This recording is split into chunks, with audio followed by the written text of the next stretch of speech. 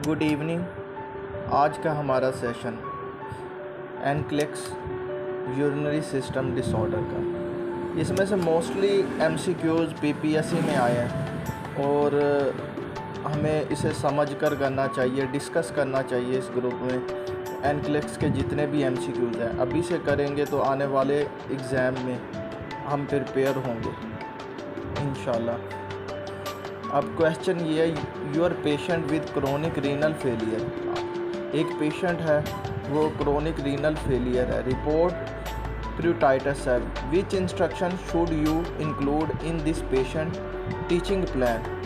उसे skin disorder भी है और एक स्टाफ नर्स उसे क्या इंस्ट्रक्शन प्लान करेगी। अब ऑप्शन में है rub the skin, take frequent bath, apply alcohol base या keep finger short and clean. ये क्वेश्चन है पीपीएससी के एमसीक्यूज़ में आया था सेम एज इट। तो मोस्टली स्टाफ ने आंसर इसका टेक फ्रिक्वेंट बाथ लगाया, किसी ने कुछ लगाया, लेकिन इसका राइट आंसर है keep finger nails short and clean. अब सोल्यूशन इसकी एक्सप्लेनेशन ये है कि finger nail short and clean. Calcium phosphate deposit in skin में cause pruritus. Scratching lead to excoriation and break the skin that increase the patient risk of infection. Keeping finger nail short and clean help reduce the risk of infection.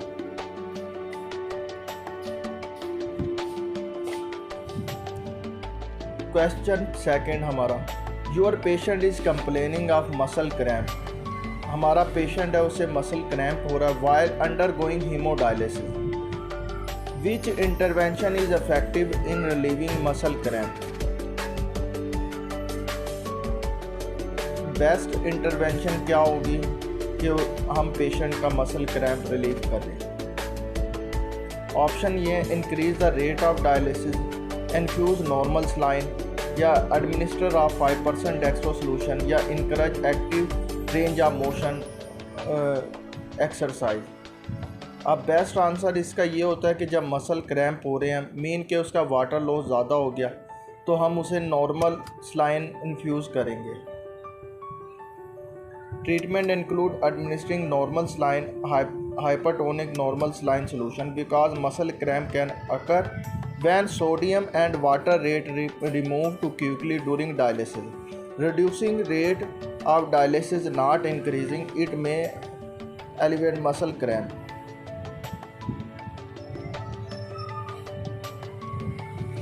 Third हमारा MCQ है, your patient become restless and tell you she has headache and feel nausea during hemodialysis. Which complication do you suspect? अब patient restless हो रहा है और headache भी है, साथ में नोजिया भी फील कर रहा है डायलिसिस के दौरान। Which complication do you suspect? आप क्या सस्पेक्ट करेंगे कि पेशेंट को क्या हो रहा है, हो सकता है, हो रहा है या हुआ है। ये हेडेक, नोजिया और रेस्टलेस साइन ऑफ इन्फेक्शन है।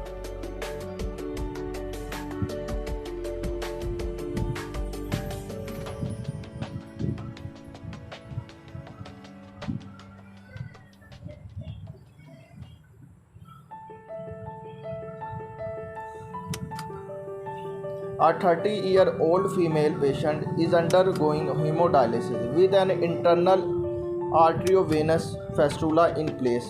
What do you prevent complication associated with this advice? अब 30-year फीमेल पेशेंट है, हीमोडायलिसिस करा रही है, तो क्या इंटरवेंशन, क्या आप एहतियाती तदाबीर करेंगे इस पेशेंट के लिए कि फेस्टुला सेफ रहे। तो इन ऑप्शन में हमारा बेस्ट ऑप्शन ये होगा कि हम अवॉइड करेंगे taking blood pressure in the arm with fistula. जिस हाथ पे फेस्टुला बना होगा वहाँ से ब्लड प्रेशर चेक ना किया जाए, ना कोई सैंपल लिया जाए। What is appropriate infusion time for Talasate in your 38-year-old patient with chronic renal failure?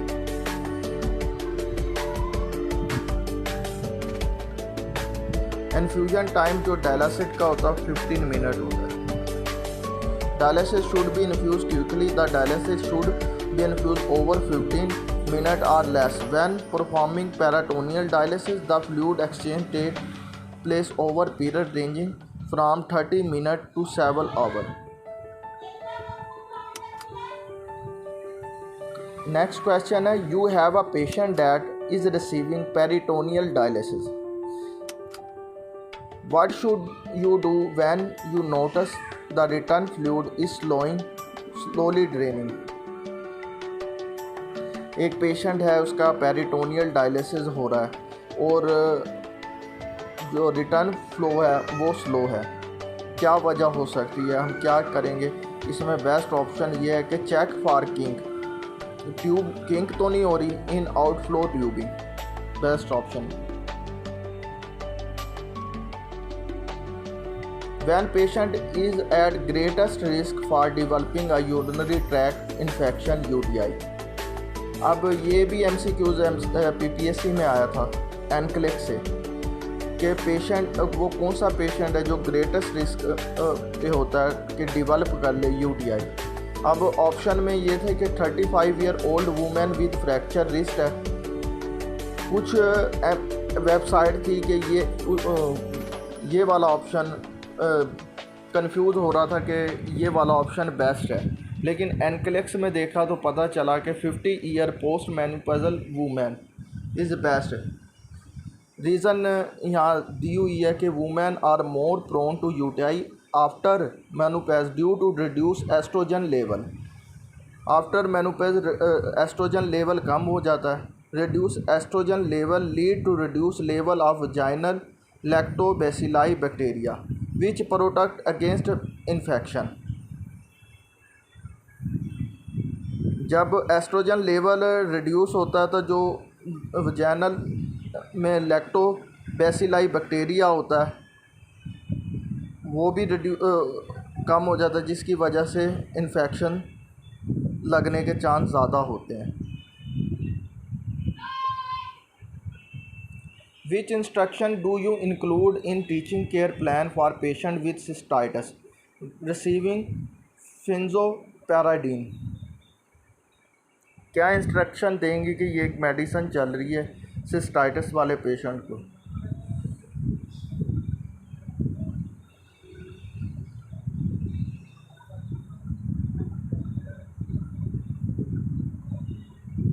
After painful urination is relieve. जब पेनफुल यूरिनेशन रिलीव हो जाए तो ये मेडिसिन स्टॉप कर दी जाए। Stop taking